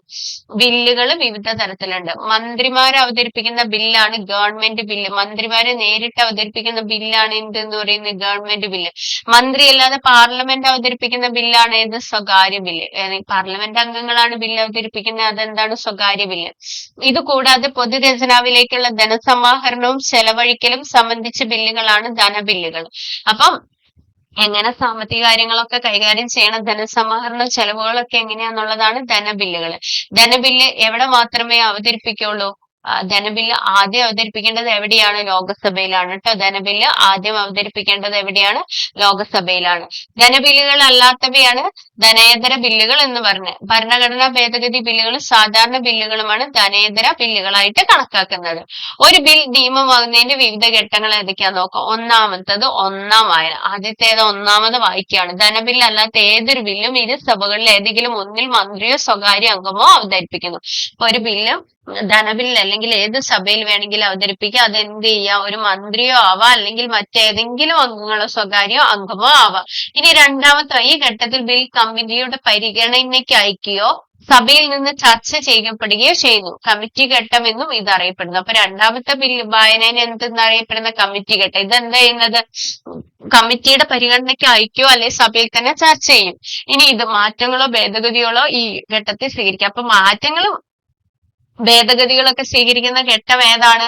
രണ്ടാം വായനയാണ്. ഇനി മൂന്നാം വായന. ബില്ല് സഭ അംഗീകരിക്കുകയോ നിരസിക്കുകയോ ചെയ്യുന്നു. അപ്പൊ എന്ത് ചെയ്യാണ്? ഈ ബില്ല് സഭ അംഗീകരിക്കുകയോ അല്ലെങ്കിൽ നിരസിക്കുകയോ ചെയ്യുന്നു. ബില്ല് ആദ്യം അവതരിപ്പിച്ച സഭയിൽ നടപടിക്രമങ്ങൾ പൂർത്തിയായാൽ ഇതേ പ്രക്രിയ രണ്ടാമത്തെ സഭയിലും ആവർത്തിക്കപ്പെടും. അപ്പൊ ആദ്യം ഒരു സഭയിൽ പാസ്സായി കഴിഞ്ഞ ബില്ല് എന്ത് ചെയ്യും? വീണ്ടും രണ്ടാമത്തെ സഭയിലും ഇതേ ഘട്ടത്തിൽ നടക്കുന്നു. ഇരു സഭകളും അംഗീകരിക്കുന്ന പക്ഷം ബില്ല് രാഷ്ട്രപതിയുടെ അംഗീകാരത്തിനായിട്ടായിരിക്കും. എന്ത് ചെയ്യും? രണ്ട് സഭകളും ഇത് അംഗീകരിച്ചു കഴിഞ്ഞാൽ ഇത് ആരുടെ അംഗീകാരത്തിനായിട്ടായിരിക്കും? രാഷ്ട്രപതിയുടെ അംഗീകാരത്തിനായിട്ട് സമർപ്പിക്കും. രാഷ്ട്രപതിയുടെ അംഗീകാരം ലഭിക്കുന്നതോട് കൂടിയിട്ട് ബില്ല് എന്തായിട്ട് മാറും? നിയമമായിട്ട് മാറുകയാണ്. ഇനി എന്താണ് ഭരണഘടനാ ഭേദഗതി? ഇനി ഭരണഘടനാ ഭേദഗതി 61ാം ഭരണഘടനാ ഭേദഗതിക്ക് അംഗീകാരം 18 വയസ്സ് പൂർത്തിയായാൽ ഇനി തെരഞ്ഞെടുപ്പിൽ വോട്ട് ചെയ്യാം. 61ാം ഭരണഘടനാ ഭേദഗതിയിൽ എന്താണ് പറയുന്നത്? 18 വയസ്സ് പൂർത്തിയായ ഏതൊരു വ്യക്തിക്ക് എന്ത് ചെയ്യാം? ഇലക്ഷനിൽ തെരഞ്ഞെടുപ്പിൽ വോട്ട് ചെയ്യാം. ഇനി 86ാം ഭേദഗതി എന്താ പറയുന്നത്? വിദ്യാഭ്യാസം മൗലിക അവകാശമാക്കിയ ഭേദഗതിയായിരുന്നു ഇത് 86ാം ഭരണഘടനാ ഭേദഗതി. 101ാം ഭരണഘടനാ ഭേദഗതിയിൽ എന്താണ്? GST ബില്ല് നിലവിൽ വന്നു. ഭരണഘടനയിൽ തിരുത്തലുകളോ ഒഴിവാക്കലോ കൂട്ടിച്ചേർക്കലോ വരുത്തുന്നതിനെയാണ് ഭരണഘടനാ ഭേദഗതി എന്ന് പറയുക. അപ്പൊ എന്താ പറയുന്നത്? ഭരണഘടനയിൽ തിരുത്തലുകളോ ഒഴിവാക്കലോ കൂട്ടിച്ചേർക്കലോ നടത്തുന്നതിനെയാണ് എന്തെന്ന് പറയുന്ന ഭരണഘടനാ ഭേദഗതി. സാമൂഹ്യ രാഷ്ട്രീയ ആവശ്യങ്ങളെ പരിഗണിച്ച് കാലാനുസൃതമായി ഭരണഘടനയിൽ മാറ്റം വരുത്താൻ ഭേദഗതി പ്രക്രിയ സഹായമാവുന്നു. ഇന്ത്യയിൽ ഭരണഘടനാ ഭേദഗതി ചെയ്യുന്നതിനുള്ള അധികാരം പാർലമെന്റിൽ മാത്രമാണ് നിക്ഷിപ്തം. അപ്പം ഭരണഘടന ഭേദഗതി ചെയ്യാനുള്ള അധികാരം ആർക്ക് മാത്രമാണുള്ളത്? പാർലമെന്റിന് മാത്രമാണുള്ളത്. ആർക്ക് മാത്രമാണുള്ളത്? പാർലമെന്റിന് മാത്രം ആണ് ഉള്ളത്. ഭരണഘടനയുടെ അനുച്ഛേദം 368 പ്രകാരമാണ് പാർലമെന്റിന് ഭേദഗതി ചെയ്യാനുള്ളത്. അപ്പൊ ഭരണഘടനാ ഭേദഗതി എന്ന അനുച്ഛേദം ഏതിലാണുള്ളത്? 368 പ്രകാരം ആണ് കേട്ടോ. അത് ഓർത്തിരിക്കണം. 368 പ്രകാരമാണ് ഭരണഘടനാ ഭേദഗതി ചെയ്യാനുള്ള അധികാരം. ഭേദഗതി ബില്ലിന് രാഷ്ട്രപതിയുടെ മുൻകൂർ അനുമതി ആവശ്യമില്ല. അപ്പൊ എന്താ പറയുന്നത്? ഭേദഗതി ബില്ലിന് രാഷ്ട്രപതിയുടെ മുൻകൂർ അനുമതി ആവശ്യമുണ്ടോ? ആവശ്യമില്ല. ഭരണഘടനാ ഭേദഗതി ബിൽ ഇരു സഭകൾക്കുമിടയിൽ ഭരണഘടനാ ഭേദഗതി ബിൽ നിയമമാകണമെങ്കിൽ ഇരു സഭകളുടെയും അംഗീകാരം അനിവാര്യമാണ്. അപ്പൊ എന്താ പറയുന്നത്? ഭരണഘടനാ ഭേദഗതി ബില്ല് ഒരു നിയമമായിട്ട് വരണമെങ്കിൽ എന്ത് ചെയ്യണം? ലോകസഭയുടെ രാജ്യസഭയുടെ അനുമതി അംഗീകാരം ആവശ്യമാണ്. ഇരു സഭകൾക്കുമിടയിൽ ഭരണഘടനാ ഭേദഗതി ബില്ലിന്മേലുള്ള തർക്കങ്ങൾ പരിഹരിക്കാനായി സംയുക്ത സമ്മേളനം പോലുള്ള നടപടിക്രമം ഇല്ല. ഏതെങ്കിലും ഒരു ഭരണഘടനാ ഭേദഗതി നിയമം ഭരണഘടനയുടെ വാക്കുകൾക്കോ അർത്ഥത്തിനോ വിരുദ്ധമാണെന്ന് കണ്ടാൽ ആ നിയമത്തെ അസാധുവാക്കാൻ ആർക്ക് അധികാരമുണ്ട്? ജുഡീഷ്യറിക്ക് അധികാരമുണ്ട്. ആർക്കാണ് അധികാരമുള്ളത്? ജുഡീഷ്യറിക്ക് അധികാരമുണ്ട്. ഇനി ഏതൊക്കെയാണ് ഭേദഗതിയുടെ രീതികൾ? ഒന്നാമത്തത് അയവുള്ള ഭേദഗതി. അയവുള്ള ഭേദഗതി എന്ന് പറഞ്ഞാൽ എന്താ? ഇന്ത്യൻ ഭരണഘടനയിലെ ചില വകുപ്പുകൾ പാർലമെന്റിന്റെ കേവല ഭൂരിപക്ഷത്തിലൂടെ സാധാരണ നിയമനിർമ്മാണത്തിന് സമാനമായ നടപടിക്രമങ്ങൾ വഴി ഭേദഗതി ചെയ്യാം. എന്താ പറയുന്നത്? പാർലമെന്റിന്റെ കേവല ഭൂരിപക്ഷത്തിലൂടെ സാധാരണ നിയമനിർമ്മാണത്തിന് സമാനമായ നടപടിക്രമങ്ങൾ വഴി എന്ത് ചെയ്യാൻ കഴിയും, ഭേദഗതി ചെയ്യാൻ പറ്റും. ഉദാഹരണത്തിന് സംസ്ഥാനങ്ങളുടെ പേര്, അതിരുകൾ, പൗരത്വം തുടങ്ങിയവയ്ക്ക് എന്താണ് കേവല ഭൂരിപക്ഷത്തിലൂടെ നമുക്ക് എന്ത് ചെയ്യാൻ പറ്റും, ഭേദഗതി ചെയ്യാനായിട്ട് സാധിക്കും. ഓർത്തിരിക്കണം കേട്ടോ. കേവല ഭൂരിപക്ഷം നടത്തുന്ന പാർലമെന്റിന്റെ കേവല ഭൂരിപക്ഷത്തിലൂടെയാണ് നിയമനിർമ്മാണത്തിന് എന്താ പറയാ ഭേദഗതി ചെയ്യുന്നെങ്കിൽ അതാണ് അയവുള്ള ഭേദഗതി എന്ന് പറയുന്നത്. ഇനി ദൃഢമായ ഭേദഗതി, ചില പ്രധാനപ്പെട്ട വകുപ്പുകളിൽ ഭേദഗതി വരുത്തുവാൻ പാർലമെന്റിന്റെ ഇരുസഭകളുടെയും ഭൂരിപക്ഷം ആവശ്യമാണ്. പ്രത്യേക ഭൂരിപക്ഷം ആവശ്യമാണ്. ഇതാണ് മൗലിക അവകാശങ്ങൾ, മാർഗനിർദ്ദേശ തത്വങ്ങൾ തുടങ്ങിയവ. ഇതിലൊക്കെ ഭേദഗതി നിർത്തണമെങ്കിൽ എന്ത് വേണം, രണ്ട് സഭകളുടെയും ഭൂരിപക്ഷം വേണം. ഇതാണ് ദൃഢമായ ഭേദഗതി. ഇനി അതിദൃഢമായ ഭേദഗതി, ചില അതിപ്രധാനമായ വകുപ്പുകൾ പാർലമെന്റിന്റെ ഇരുസഭകളോടൊപ്പം ഭൂരിപക്ഷത്തോടൊപ്പം പകുതിയിൽ കുറയാത്ത സംസ്ഥാനങ്ങളുടെ അംഗീകാരത്തോടു കൂടി മാത്രമേ ഭേദഗതി ചെയ്യാൻ കഴിയുള്ളൂ. അപ്പൊ എന്താ പറയുന്നത്, രണ്ട് സഭകളുടെ പ്രത്യേക ഭൂരിപക്ഷം വേണം. അതുപോലെ തന്നെ ഇപ്പൊ 28 സ്റ്റേറ്റ് ആണെങ്കിൽ എത്ര, അതിന്റെ പകുതി +1, 15 സ്റ്റേറ്റിന്റെ എങ്കിലും അംഗീകാരം കിട്ടിയാൽ മാത്രമേ നമുക്ക് എന്ത് ചെയ്യാൻ പറ്റുള്ളൂ, ഭേദഗതി ചെയ്യാൻ പറ്റൂ. അതാണ് അതിദൃഢമായ ഭേദഗതി. കേന്ദ്ര സംസ്ഥാന അധികാര വിഭജനം, ജനപ്രാതിനിധ്യ നിയമം, ഇതൊക്കെ എന്തിനു ഉദാഹരണമാണ്, അതിദൃഢമായ ഭേദഗതിക്ക് ഉദാഹരണമാണ്. ഇനി കാലാനുസൃതമായ മാറ്റങ്ങൾ ഭേദഗതി വഴി ഇനി അടുത്തത് എന്താണ്, കാര്യനിർവഹണ വിഭാഗത്തെ കുറിച്ചാണ് കേട്ടോ പറയുന്നത്. അപ്പൊ എന്താണ് നിർവഹണ വിഭാഗത്തിന്റെ എന്താണ്, നിയമങ്ങൾ നിർമ്മിക്കുക എന്ന് നമ്മൾ പറഞ്ഞു അല്ലെ. ഇനി ഈ കാര്യനിർവഹണ വിഭാഗത്തിന്റെ ചുമതല എന്താന്ന് വെച്ചാൽ പാർലമെന്റ് പാസ്സാക്കുന്ന നിയമങ്ങള് നടപ്പിൽ വരുത്തുക എന്നുള്ളതാണ് ആരുടെ ചുമതല, കാര്യനിർവഹണത്തിന്റെ ചുമതല എന്ന് പറയുന്നത്. അപ്പൊ എന്താണ്, പാർലമെന്റ് പാസ്സാക്കുന്ന നിയമങ്ങൾ നടപ്പിൽ വരുത്തുക എന്നുള്ളതാണ് കാര്യനിർവഹണത്തിന്റെ ചുമതല. നിയമങ്ങളുടെയും നയങ്ങളുടെയും നടപ്പിലാക്കൽ, ഭരണനിർവഹണം എന്നീ ചുമതലകൾ നിർവഹിക്കുന്ന ഗവൺമെന്റിന്റെ വിഭാഗമാണ് കാര്യനിർവഹണ വിഭാഗം എന്ന് പറയുന്നത്. അപ്പൊ എന്താ പറയുന്നത്, നിയമങ്ങളുടെയും നയങ്ങളുടെയും നടപ്പിലാക്കൽ, അതുപോലെ ഭരണനിർവഹണം എന്നീ ചുമതലകൾ നിർവഹിക്കുന്ന ഗവൺമെന്റിന്റെ വിഭാഗമാണ് എന്തെന്ന് പറയുന്നത്, കാര്യനിർവഹണ വിഭാഗം. രാഷ്ട്രപതി, ഉപരാഷ്ട്രപതി, പ്രധാനമന്ത്രി തലവനായ മന്ത്രിസഭ എന്നിവ ഉൾപ്പെടുന്നതാണ് കാര്യനിർവഹണ വിഭാഗം. അപ്പൊ ഏതൊക്കെയാണ്, രാഷ്ട്രപതി, ഉപരാഷ്ട്രപതി, പ്രധാനമന്ത്രി തലവനായ മന്ത്രിസഭ എന്നിവ ഉൾപ്പെടുന്നതാണ് ഏതെന്ന് പറയുന്നത്, കാര്യനിർവഹണ വിഭാഗം എന്ന് പറയുന്നത്. അപ്പൊ ആരൊക്കെ ഇൻക്ലൂഡിങ്, രാഷ്ട്രപതി ഉണ്ടാവും, ഉപരാഷ്ട്രപതി ഉണ്ടാവും, പ്രധാനമന്ത്രി തലവനായിട്ടുള്ള മന്ത്രിസഭ ഉണ്ടാവും. ഇതാണ് കാര്യനിർവഹണം. ഇന്ത്യൻ ഭരണഘടന പ്രകാരം കാര്യനിർവഹണത്തിന്റെ അധികാരങ്ങൾ രാഷ്ട്രപതിയിലാണ് നിക്ഷിപ്തമായിരിക്കുന്നെങ്കിലും അത് നിർവഹിക്കപ്പെടുന്നത് പ്രധാനമന്ത്രിയുടെ നേതൃത്വത്തിലുള്ള മന്ത്രിസഭയിലൂടെയാണ്. അപ്പൊ കാര്യനിർവഹണത്തിന്റെ ചുമതലയൊക്കെ ആർക്കാണ്, രാഷ്ട്രപതിക്കാണെങ്കിൽ അത് ശരിക്കും കറക്റ്റായിട്ട് നടപ്പിലാക്കുന്ന ആരാണ്, പ്രധാനമന്ത്രിയുടെ നേതൃത്വത്തിലുള്ള മന്ത്രിസഭയിലൂടെയാണ്. ഇനി എന്താണ് കാര്യനിർവഹണ വിഭാഗത്തിൽ ഫ്ലോ ചാർട്ട് കൊടുത്തിരിക്കുന്നത്, അതിൽ ഒന്ന് രാഷ്ട്രീയ എക്സിക്യൂട്ടീവ് ഉണ്ട്, അതുപോലെ സ്ഥിര എക്സിക്യൂട്ടീവ് ഉണ്ട്. രാഷ്ട്രീയ എക്സിക്യൂട്ടീവ് എന്ന് പറയുന്നതാണ് രാഷ്ട്രപതി, പ്രധാനമന്ത്രി, മന്ത്രിമാർ, ഇവർക്ക് ഒരു കുറഞ്ഞ കാലഘട്ടത്തിലേക്ക് മാത്രമാണ് അല്ലേ ഉള്ളത്.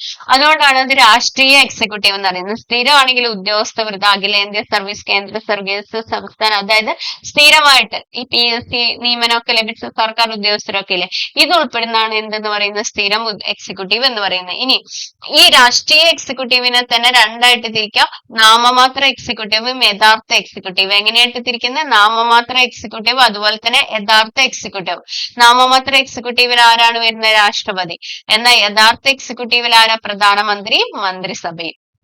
ഇനി ഇതാണ് കാര്യനിർവഹണ. അപ്പൊ എന്താണ് രാഷ്ട്രീയ കാര്യനിർവഹണ? നമ്മൾ നേരത്തെ പറഞ്ഞ പോലെ തന്നെ രാഷ്ട്രപതി, ഉപരാഷ്ട്രപതി, സർക്കാരിന്റെ നേതൃത്വം നൽകുന്ന പ്രധാനമന്ത്രി, മന്ത്രിമാര്, ഇവരടങ്ങുന്നതാണ് എന്തെന്ന് പറയുന്ന കാര്യനിർവഹണ വിഭാഗം എന്ന് പറയുന്നത്. പിടിയിട്ടില്ല. ഇനി ഭരണഘടനാപരമായി രാഷ്ട്രപതിയാണ് കാര്യനിർവഹണ വിഭാഗത്തിന്റെ തലവൻ. അപ്പൊ ഭരണഘടനാപരമായിട്ട് ആരാണ് തലവൻ എന്ന് പറയുന്ന, രാഷ്ട്രപതി. എന്നാൽ പ്രധാനമന്ത്രി അദ്ദേഹത്തിന്റെ നേതൃത്വത്തിലുള്ള മന്ത്രിസഭയിൽ നൽകുന്ന ഉപദേശങ്ങൾ അനുസരിച്ച് വേണം രാഷ്ട്രപതി പ്രവർത്തിക്കേണ്ടത്. ആരുടെ നിർദ്ദേശപ്രകാരം വേണം, പ്രധാനമന്ത്രി മന്ത്രിസഭയിൽ നൽകുന്ന ഉപദേശം അനുസരിച്ച് മാത്രമേ ആർക്ക് പ്രവർത്തിക്കാൻ കഴിയുള്ളൂ, രാഷ്ട്രപതിക്ക്. അതേസമയം രാഷ്ട്രപതിക്ക് സ്വന്തം വിവേചനാധികാരം ഉപയോഗിച്ച് പ്രവർത്തിക്കാനും സാഹചര്യങ്ങളുണ്ട്. അദ്ദേഹത്തിൻ്റെതായ കുറെ വിവേചനാധികാരങ്ങളുണ്ട്. അത് ഉപയോഗിച്ചുകൊണ്ട് എന്ത് ചെയ്യാൻ കഴിയും, പ്രവർത്തിക്കാനായിട്ട് കഴിയും. ഇനി രാഷ്ട്രപതിനെ കുറിച്ച് പറയുന്നത്, ഇന്ത്യയിലെ കാര്യനിർവഹണ വിഭാഗത്തിന്റെ തലവനാണ് ആര്? രാഷ്ട്രപതി എന്ന് പറയുന്നത്. 35 വയസ്സ് പൂർത്തിയായി ഇന്ത്യൻ പൗരന്മാർക്ക് രാഷ്ട്രപതി സ്ഥാനത്തേക്ക് മത്സരിക്കാം. അപ്പൊ 35 വയസ്സ് പൂർത്തിയായിട്ടുണ്ടെങ്കിൽ ഒരു ഇന്ത്യൻ പൗരനാണെങ്കിൽ എന്ത് ചെയ്യാൻ പറ്റും? രാഷ്ട്രപതി സ്ഥാനത്തേക്ക് മത്സരിക്കാനായിട്ട് കഴിയും. പാർലമെന്റിന്റെ ഇരു സഭകളിലെയും സംസ്ഥാന നിയമനിർമ്മാണ സഭകളിലെയും തിരഞ്ഞെടുക്കപ്പെട്ട അംഗങ്ങൾ ഉൾക്കൊള്ളുന്ന ഇലക്ട്രൽ കോളേജാണ് രാഷ്ട്രപതിയെ തിരഞ്ഞെടുക്കുന്നത്. അപ്പൊ ആരാണ് തിരഞ്ഞെടുക്കുന്നത്? Electoral college. ആരൊക്കെയാ? പാർലമെന്റിന്റെ ഇരു സഭകളിലെ അതുപോലെ സംസ്ഥാന നിയമനിർമ്മാണ സഭ തിരഞ്ഞെടുക്കപ്പെട്ട അംഗങ്ങളാണ് ഇലക്ട്രൽ കോളേജാണ് രാഷ്ട്രപതിയെ തിരഞ്ഞെടുക്കുന്നത്. 5 വർഷമായിരിക്കും രാഷ്ട്രപതിയുടെ ഔദ്യോഗിക കാലാവധി. എത്ര വർഷമാണ്? 5 വർഷമായിരിക്കും ഈ രാഷ്ട്രപതിയുടെ ഔദ്യോഗിക കാലാവധി എന്ന് പറയുന്നത്. ചുമതലകൾ എന്തൊക്കെയാണ്? പാർലമെന്റ് വിളിച്ചു ചേർക്കുക, ലോക്സഭ പിരിച്ചുവിടുക, പ്രധാനമന്ത്രി മന്ത്രിസഭയെ നിയമിക്കുക, സുപ്രീം കോടതിയിലെയും ഹൈക്കോടതിയിലെയും ജഡ്ജിമാരെ നിയമിക്കുക, സംസ്ഥാന ഗവർണർമാരെ നിയമിക്കുക, അടിയന്തരാവസ്ഥ പ്രഖ്യാപിക്കുക, പ്രതിരോധ സേനകളുടെ സർവ്വസൈന്യാധിപരായി പ്രവർത്തിക്കുക തുടങ്ങിയവയാണ് രാഷ്ട്രപതിയുടെ ചുമതലകൾ. അപ്പൊ എന്തൊക്കെയാ പറയുന്നത്? ലോകസഭയെ പിരിച്ചുവിടാം, പാർലമെന്റ് വിളിച്ചു ചേർക്കാം, ലോകസഭ പിരിച്ചുവിടാം, പ്രധാനമന്ത്രി മന്ത്രിസഭയെ നിയമിക്കുക, സുപ്രീം കോടതി ഹൈക്കോടതിയിലെ ജഡ്ജിമാരെ നിയമിക്കുക, സംസ്ഥാന ഗവർണർമാരെ നിയമിക്കുക, അതുപോലെ അടിയന്തരാവസ്ഥ പ്രഖ്യാപിക്കുക, പ്രതിരോധ സേനകളുടെ സർവ്വ സൈന്യാധിപനായി പ്രവർത്തിക്കുക തുടങ്ങിയവയാണ് രാഷ്ട്രപതിയുടെ ചുമതലകൾ. രാഷ്ട്രപതി രാജ്യം സമർപ്പിക്കുന്ന ആർക്കാണ്? ഉപരാഷ്ട്രപതിക്കാണ് കേട്ടോ. രാഷ്ട്രപതി രാജ്യം സമർപ്പിക്കുന്ന ആർക്കാണ്? ഉപരാഷ്ട്രപതിക്ക് ആണ്. രാഷ്ട്രപതിയുടെ അഭാവത്തിൽ ഉപരാഷ്ട്രപതിയാണ് ഈ ചുമതലകളൊക്കെ നിർവഹിക്കേണ്ടത്. അപ്പൊ രാഷ്ട്രപതി ഇല്ലെങ്കിൽ ആരാണ് ചുമതലകൾ നിർവഹിക്കേണ്ടത്? ഉപരാഷ്ട്രപതിയാണ്. ഇന്ത്യയുടെ ആദ്യത്തെ രാഷ്ട്രപതി ആരായിരുന്നു? ഡോക്ടർ രാജേന്ദ്ര പ്രസാദ്. ഇന്ത്യയുടെ പ്രഥമ രാഷ്ട്രപതി ആരാണ്? രാജേന്ദ്ര പ്രസാദ് ആണ്. ഇനി അടുത്തത് പ്രധാനമന്ത്രി. രാജ്യത്തെ ഭരണത്തലവനായ പ്രധാനമന്ത്രി ലോകസഭയിൽ ഭൂരിപക്ഷമുള്ള പാർട്ടിയുടെ മുന്നണിയുടെയും രാജ്യത്തിന്റെയും നേതാവാണ്. അപ്പൊ എന്താ പറയുന്നത്?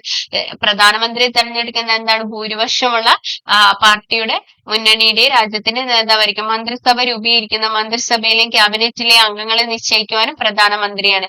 മന്ത്രിമാരുടെ വകുപ്പുകളിൽ മാറ്റം വരുത്തുവാനും ക്യാബിനറ്റിലേക്ക് മന്ത്രിസഭയിലേക്ക് അംഗങ്ങളെ ഉൾപ്പെടുത്തുവാനും ഒഴിവാക്കാനുള്ള അധികാരം ആർക്കാണുള്ളത്? പ്രധാനമന്ത്രിക്കാണ് ഉള്ളത്. രാഷ്ട്രപതിയെ മന്ത്രിസഭയെയും പാർലമെന്റിന്റെയും പരസ്പരം ബന്ധിപ്പിക്കുന്ന കണ്ണിയെ പ്രധാനമന്ത്രി പ്രവർത്തിക്കുന്നത്. അപ്പൊ രാഷ്ട്രപതിയാണ് എല്ലാരും നിയമിക്കുന്നതെന്ന് പറഞ്ഞെങ്കിലും ആരുടെ ഉപദേശപ്രകാരമാണ് നിയമിക്കുന്നത്?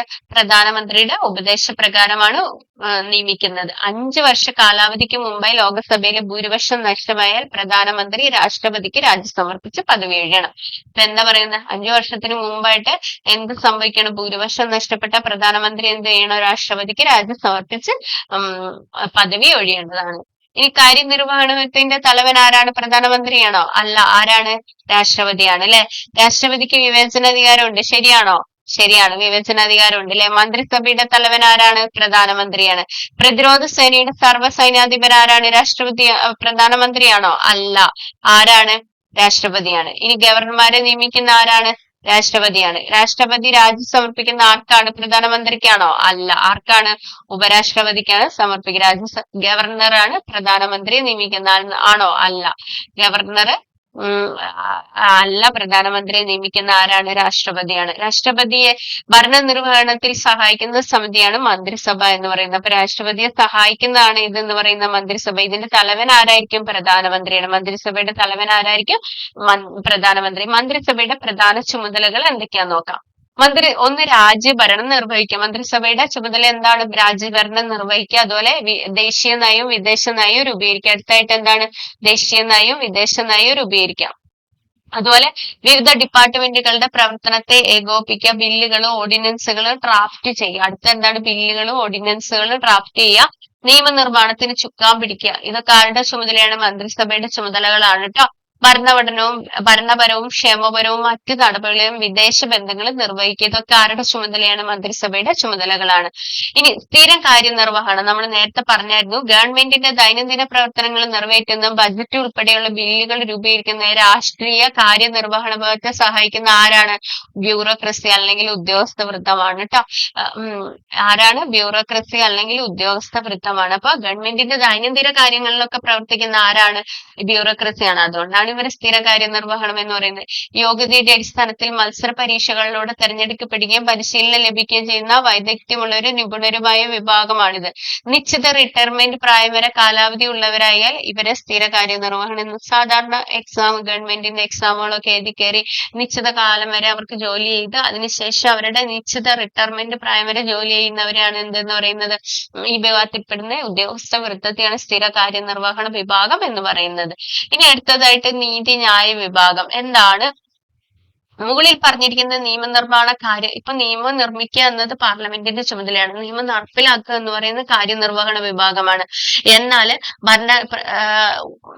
നിർമ്മാണ കാര്യനിർവഹണ വിഭാഗങ്ങൾ ഭരണഘടനാനുസൃതമായാണ് പ്രവർത്തിക്കുന്നതെന്ന് ഉറപ്പുവരുത്തുന്ന സംവിധാനമാണ് എന്തെന്ന് പറയുന്നത്, നീതിന്യായ വിഭാഗം എന്ന് പറയുന്നത്. എന്താ പറയുന്നത്, ഇവര് രണ്ടും പ്രവർത്തിക്കുന്നത് ഭരണഘടന അനുസൃതമായിട്ടാണ് എന്ന് ഉറപ്പുവരുത്തുന്നതാണ് നീതിന്യായ വിഭാഗം. പൗരന്മാരുടെ അവകാശങ്ങൾ സംരക്ഷിക്കുന്നതോടൊപ്പം ഭരണഘടനാ മൂല്യങ്ങളും ആര് സംരക്ഷിക്കുന്നുണ്ട്, നീതിന്യായ വിഭാഗം സംരക്ഷിക്കുന്നുണ്ട്. അതുകൊണ്ട് തന്നെ നീതിന്യായ വിഭാഗത്തെ ഭരണഘടനയുടെ കാവലാൾ എന്നറിയപ്പെടുന്നു. അപ്പൊ ഭരണഘടനയുടെ കാവലാൾ എന്നറിയപ്പെടുന്ന ആരാണ്, നീതിന്യായ വിഭാഗമാണ്. ഭരണഘടനയുടെ കാവലാൾ എന്നറിയപ്പെടുന്ന ആരാണ്, നീതിന്യായ വിഭാഗമാണ്. കാര്യക്ഷമമായ ജനാധിപത്യ വ്യവസ്ഥയ്ക്ക് സ്വതന്ത്രവും നിഷ്പക്ഷമായ നീതിന്യായ സംവിധാനം അനിവാര്യമാണ്. അപ്പൊ ഇതൊക്കെ ഈ നീതിന്യായ സംവിധാനത്തിന്റെ ഏറ്റവും ഉയർന്ന തല ഏതാണ്, സുപ്രീം കോടതിയാണ്. എന്നാൽ സംസ്ഥാനത്തിന്റെ ഏറ്റവും ഉയർന്ന തല ഏതാണ്, ഹൈക്കോടതിയാണ്. അതിനുശേഷം വരുന്നതാണ് ജില്ലാ കോടതികൾ. അതിന്റെ കീഴിലാണ് ഏതൊക്കെ വരുന്നത്, കീഴ്ക്കോടതികൾ വരുന്നത്. ഇനി സുപ്രീം കോടതിയുടെ നേതൃത്വത്തിൽ ഒരു ഏക സംയോജിത ജുഡീഷ്യൽ സംവിധാനമാണ് ആർക്കുള്ളത്, ഇന്ത്യക്കുള്ളത്. പിരമിഡിന്റെ രൂപത്തിൽ ക്രമീകരിച്ചിരിക്കുന്ന നമ്മുടെ ജുഡീഷ്യൽ വ്യവസ്ഥയിൽ മുകളിലേക്ക് പോകുന്നതോറും കോടതികളുടെ എണ്ണം കുറയുകയും അധികാരങ്ങൾ കൂടുകയും ചെയ്യുന്നു. താഴേക്ക് വരുന്നതോറും കോടതികളുടെ എണ്ണം കൂടുകയും അധികാരങ്ങൾ കുറയുകയും ചെയ്യുന്നു. അപ്പൊ കീഴ്ക്കോടതിക്കൊക്കെ അധികാരം കുറവാണ്, പക്ഷെ ഒരുപാട് കീഴ്ക്കോടതികളുണ്ട്, ഒരുപാട് ജില്ലാ കോടതികളുണ്ട്. എന്നാൽ സംസ്ഥാനത്തിൽ എന്ത് മാത്രമേ ഉള്ളൂ, ഒരു ഹൈക്കോടതി മാത്രമേ ഉള്ളൂ അല്ലെ. അപ്പൊ എണ്ണം കുറഞ്ഞില്ല, അധികാരം കൂടി. സുപ്രീം കോടതി എന്ന് പറയുന്നത് ഇന്ത്യക്ക് ഒന്നേ ഉള്ളൂ. അതാണ് പറയുന്നത്, ഓരോ തട്ടിലേക്ക് ചെല്ലുന്നതിനനുസരിച്ച് അധികാരം കൂടുകയും എണ്ണം കുറയുകയും ചെയ്യുന്നു. ഇനി എന്താണ് സുപ്രീം കോടതി? നമ്മുടെ പരമോന്നത നീതിപീഠമായി സുപ്രീം കോടതി നിലവിൽ വന്നത് എന്നാണ്, 1950 ജനുവരി 28-നാണ്. എന്നാൽ സുപ്രീം കോടതി നിലവിൽ വരുന്ന 1950 ജനുവരി 28. ആസ്ഥാനം എവിടെയാണ്, ന്യൂഡൽഹിയാണ്. ആസ്ഥാനം എവിടെയാ, ന്യൂഡൽഹി. സുപ്രീം കോടതി ജഡ്ജിയുടെ ഔദ്യോഗിക കാലാവധി 65 വയസ്സാണ്. എത്രയാണ്, 65 വയസ്സാണ്. ജഡ്ജിമാരെ കാലാവധിക്ക് മുമ്പായി നീക്കം ചെയ്യുന്നതിനുള്ള അധികാരം ആർക്കാണുള്ളത്, പാർലമെന്റിന് ആണുള്ളത്. ജഡ്ജിമാരെ കാലാവധിക്ക് മുമ്പായി നീക്കം ചെയ്യാനുള്ള അധികാരം ആർക്കാണ്, പാർലമെന്റ്. ചീഫ് ജസ്റ്റിസും മറ്റ് ജഡ്ജിമാരും സത്യപ്രതിജ്ഞ ചെയ്യുന്ന രാജ്യം സമർപ്പിക്കുന്ന രാഷ്ട്രപതിക്ക് മുമ്പിലാണ്. അപ്പൊ നിയമിക്കുന്നതും അതുപോലെ തന്നെ രാജ്യം സമർപ്പിക്കേണ്ടതും ആരുടെ മുമ്പിൽ തന്നെയാണ്, രാഷ്ട്രപതിക്ക് മുമ്പിലാണ്. വിവിധ തരത്തിലുള്ള നിയമ തർക്കങ്ങൾക്ക് പരിഹാരം നൽകുന്നതോടൊപ്പം സുപ്രീം കോടതി ഭരണഘടനയുടെ പരമോന്നത വ്യാഖ്യാനവും മൗലിക അവകാശങ്ങളുടെ സംരക്ഷകനായും നിലകൊള്ളുന്നു. അപ്പൊ മൗലിക അവകാശങ്ങൾ സംരക്ഷിക്കുക എന്നുള്ളത് ആരുടെ കടമയാണ്, നീതിന്യായ വിഭാഗത്തിന്റെയാണ്, അതായത് സുപ്രീം കോടതിയുടേതാണ്. ഇനി സുപ്രീം കോടതിയുടെ പ്രധാനപ്പെട്ട അധികാരങ്ങൾ എന്തൊക്കെയാണ്? ഒന്ന്, ഉത്ഭവാധികാരം. സുപ്രീം കോടതിക്ക് മാത്രം പരിഹരിക്കാൻ കഴിയുന്ന ചില വിഷയങ്ങളാണ് ഉത്ഭവാധികാരങ്ങളുടെ പരിധിയിൽ വരുന്നത്. സുപ്രീം കോടതി മാത്രമാണ് ആ കേസ് പരിഗണിക്കാൻ കഴിയുള്ളെങ്കിൽ, ചില വിഷയങ്ങൾ പരിഗണിക്കാൻ കഴിയുന്നുള്ളെങ്കിൽ അതാണ് ഉത്ഭവാധികാരം എന്ന് പറയുന്നത്. അതിന് ഉദാഹരണമാണ് കേന്ദ്ര സംസ്ഥാന തർക്കങ്ങൾ. അപ്പൊ അതിന് ഉദാഹരണം ഏതാണ്, കേന്ദ്ര സംസ്ഥാന തർക്കങ്ങൾ. അതുപോലെ അപ്പീൽ പരിഗണിക്കാനുള്ള അധികാരം. അപ്പീൽ പരിഗണിക്കുന്ന ഏറ്റവും ഉയർന്ന കോടതി, ഏറ്റവും ഉയർന്ന അപ്പീൽ കോടതിയാണ് ഏതെന്ന് പറയുന്നത്, സുപ്രീം കോടതി. നോക്കാം, സുപ്രീം കോടതിയാണ് ഏറ്റവും ഉയർന്ന അപ്പീൽ കോടതി. അതുകൊണ്ട് തന്നെ രാജ്യത്തെ ഏതൊരു കീഴ്ക്കോടതിയുടെയും വിധിയിന്മേൽ വരുന്ന അപ്പീലുകൾ സ്വീകരിക്കാനുള്ള അധികാരം ആർക്കാണുള്ളത്, സുപ്രീം കോടതിക്ക് ആണുള്ളത്. ഇനി ഉപദേശക അധികാരം. എന്താണ് സുപ്രീം കോടതിയുടെ ഉപദേശക അധികാരം? രാഷ്ട്രപതി ആവശ്യപ്പെടുന്ന ഏതൊരു വിഷയത്തെ സംബന്ധിച്ചും നിയമോപദേശം നൽകുവാൻ സുപ്രീം കോടതിക്ക് ഭരണഘടനാപരമായ ബാധ്യതയുണ്ട്. അപ്പൊ ഏതൊരു കാര്യത്തിൽ എന്താണ്, രാഷ്ട്രപതി ആവശ്യപ്പെടുന്ന ഏതൊരു വിഷയത്തെ സംബന്ധിച്ച് നിയമോപദേശം നൽകാൻ ആർക്ക് ബാധ്യതയുണ്ട്, സുപ്രീം കോടതിക്ക് ബാധ്യതയുണ്ട്. അതുപോലെ റിട്ട് അധികാരം. മൗലികാവകാശങ്ങൾ ലംഘിക്കപ്പെടുമ്പോൾ അവയുടെ സംരക്ഷണാർത്ഥം റിട്ടുകൾ രൂപത്തിൽ പ്രത്യേക ഉത്തരവുകൾ പുറപ്പെടുവിക്കാൻ സുപ്രീം കോടതിക്ക് അധികാരം. അപ്പൊ റിട്ട് അധികാരം ആർക്കാണുള്ളത്, സുപ്രീം കോടതിക്കാണ് കേട്ടോ. ഇനി അതുപോലെ പുനരവലോകന അധികാരം. ഭരണഘടനയുടെ സംരക്ഷകർ എന്ന ചുമതല നിർവഹിക്കുന്നതിൽ നീതിന്യായ വിഭാഗത്തിന് ഏറ്റവും കരുത്തായി നിൽക്കുന്ന അതിന്റെ നീതിന്യായ പുനരവലോകന അധികാരമാണ്. എന്താ പറയാ ഏതെങ്കിലുമൊക്കെ നിയമം നിർമ്മിച്ചു, പക്ഷെ അത് ജനങ്ങളുടെ ക്ഷേമത്തിന് വേണ്ടിയല്ല എങ്കിൽ എന്ത് ചെയ്യാം, ആ നിയമം ക്യാൻസൽ ചെയ്യാനുള്ള അധികാരം ആർക്കുണ്ട്? സുപ്രീം കോടതിക്കുണ്ട്. അപ്പൊ എന്താണ് നീതിന്യായ പുനരവലോകനം അല്ലെങ്കിൽ ജുഡീഷ്യൽ റിവ്യൂ എന്താണെന്നാണ് പറയുന്നത്? പാർലമെന്റ് പാസാക്കുന്ന നിയമങ്ങളുടെയും കാര്യനിർവഹണ വിഭാഗം പുറപ്പെടുവിപ്പിക്കുന്ന ഉത്തരവുകളുടെയും ഭരണഘടനാ സാധുത പരിശോധിക്കുവാനോ അവ ഭരണഘടനയുടെ വാക്കുകൾക്കോ അർത്ഥത്തിനോ വിരുദ്ധമാണെന്ന് ബോധ്യമായാൽ അവയെ ഭരണഘടനാ വിരുദ്ധമെന്ന് പ്രഖ്യാപിക്കാനുള്ള സുപ്രീം കോടതിയുടെ പ്രത്യേക അധികാരമാണ് നീതിന്യായ പുനരവലോകന അധികാരം എന്ന് പറയുന്നത്. എന്താ പറയുന്നത്? പാർലമെന്റ് ഒരു നിയമം പാസ്സാക്കുകയാണ്, അതിനുശേഷം കാര്യനിർവഹണ വിഭാഗം അതൊരു നിയമമാക്കി മാറ്റി അത് നടപ്പിലാക്കാൻ പോകുമ്പോൾ സുപ്രീം കോടതി അതിനെ കുറിച്ചിട്ട് പുനരവലോകനം നടത്തുകയാണ്. എങ്ങനെയാണ് അത് ഭരണഘടനാ സാധ്യതയുണ്ടോ, അത് ജനങ്ങളുടെ ക്ഷേമത്തിന് വേണ്ടിയിട്ടാണോ എന്നൊക്കെ നോക്കുകയാണ്. അങ്ങനെയല്ല എന്ന് കണ്ടു കഴിഞ്ഞാൽ എന്താണ്, അത് ഭരണഘടനാ വിരുദ്ധമാണെന്ന് പ്രഖ്യാപിക്കാനുള്ള അധികാരം ആർക്കുണ്ട്? സുപ്രീം കോടതിക്കുണ്ട്. ഇതിനെയാണ് ജുഡീഷ്യൽ റിവ്യൂ എന്ന് പറയുന്നത്. ഇനി അടുത്തത് പരസ്പര നിയന്ത്രണവും അധികാര സന്തുലനവും. ഭരണഘടനാപരമായി ഗവൺമെന്റിന്റെ അധികാരങ്ങൾ നിയമനിർമ്മാണം, കാര്യനിർവഹണം, നീതിന്യായം എന്നിവ 3 വിഭാഗങ്ങളായി വിഭജിച്ച് നൽകിയിരിക്കുന്നു. എന്നിരുന്നാലും ഇവയ്ക്കിടയിൽ യുക്തിസഹതമായ ഒരു പരസ്പര നിയന്ത്രണവും ഏകോപനവും അധികാര പ്രയോഗത്തിലെ സന്തുലനവും സാധ്യമാകാൻ നമ്മുടെ ഭരണഘടന ശ്രദ്ധിച്ചിട്ടുണ്ട്. അതായത് ഈ 3 ഒരു ബാലൻസ് ചെയ്ത് നിന്നാൽ മാത്രമേ, ഇപ്പൊ നിയമനിർമ്മാണമാണെങ്കിലും കാര്യനിർവഹണമാണെങ്കിലും നീതിന്യായമാണെങ്കിലും 3 തലത്തിലും ഒരു ബാലൻസ് ചെയ്ത് നിന്നാൽ മാത്രമേ ഇത് എങ്ങനെ നല്ല രീതിയിൽ ഭരണഘടന നിഷ്കർഷിക്കുന്നത് പോലെ എന്ത് സന്തുലനമായിട്ട് മുന്നോട്ട് കൊണ്ടുപോകാനായിട്ട് കഴിയുള്ളൂ. അപ്പൊ നോക്കിയ ബജറ്റ് പരിഗണിക്കുക, ചോദ്യോത്തരവേള തുടങ്ങിയ മാർഗങ്ങളിലൂടെ എക്സിക്യൂട്ടീവിനെ ഇംപീച്ച്മെന്റ് പോലുള്ളവയെ ജുഡീഷ്യറിയെ നിയന്ത്രിക്കാൻ പാർലമെന്റിന് കഴിയും. അതുപോലെ തന്നെ നീതിന്യായ വിഭാഗം എന്ത് ചെയ്യുന്നുണ്ട്? അവലോകന അധികാരത്തിലൂടെ ജുഡീഷ്യറിക്ക് പാർലമെന്റിനെയും എക്സിക്യൂട്ടീവിനെയും നിയന്ത്രിക്കാൻ സാധിക്കും. അപ്പൊ പരസ്പരം അങ്ങോട്ടും ഇങ്ങോട്ടും ബന്ധപ്പെട്ടല്ലേ കിടക്കുന്നത്. അതുപോലെ തന്നെ ഇവിടെ നോക്കിയ ബില്ലുകൾക്ക് അംഗീകാരം നൽകൽ, ദയാഹർജി പരിഗണിക്കൽ, ജഡ്ജിമാരുടെ നിയമനം, സ്ഥലമാറ്റം പോലുള്ളവയിൽ എക്സിക്യൂട്ടീവിന് പാർലമെന്റിനെയും അതുപോലെ തന്നെ ജുഡീഷ്യറിയെയും ക്രിയാത്മകമായി നിയന്ത്രിക്കാം. അപ്പൊ പരസ്പരം 3 പേർക്കും അങ്ങോട്ടും ഇങ്ങോട്ടും എന്ത് ചെയ്യാം? പരസ്പരം നിയന്ത്രിക്കാനായിട്ട് സാധിക്കും. ഇന്ത്യൻ ഭരണഘടന ജനാധിപത്യം എന്ന ഭരണ സംവിധാനത്തെയും മൂല്യത്തെയും അതിന്റെ രാഷ്ട്രസങ്കല്പങ്ങളിൽ ഉറപ്പിക്കുന്നു. അധികാര കേന്ദ്രീകരണം ഒഴിവാക്കുന്നതിനും സ്വേച്ഛാധിപത്യ പ്രവണതകൾ തടയുന്നതിനും ജനാധിപത്യം പരിപാലിക്കുന്നതിനും വേണ്ടിയാണ് ഗവൺമെന്റിന്റെ അധികാരം 3 ശാഖകൾക്കിടയിലും വിഭജിച്ച് നൽകിയിരിക്കുന്നത്.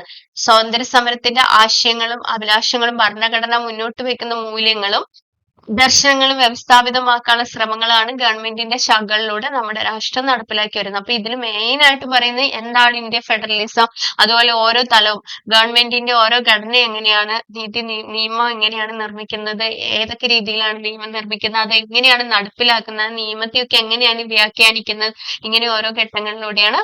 അപ്പൊ ഇതാണ് കേട്ടോ ഇന്ത്യൻ ഭരണഘടന ഒരു ഇൻട്രൊഡക്ഷൻ ആണ് ഈ ചാപ്റ്ററിൽ കൊടുത്തിട്ടുള്ളത്. Okay, thank you.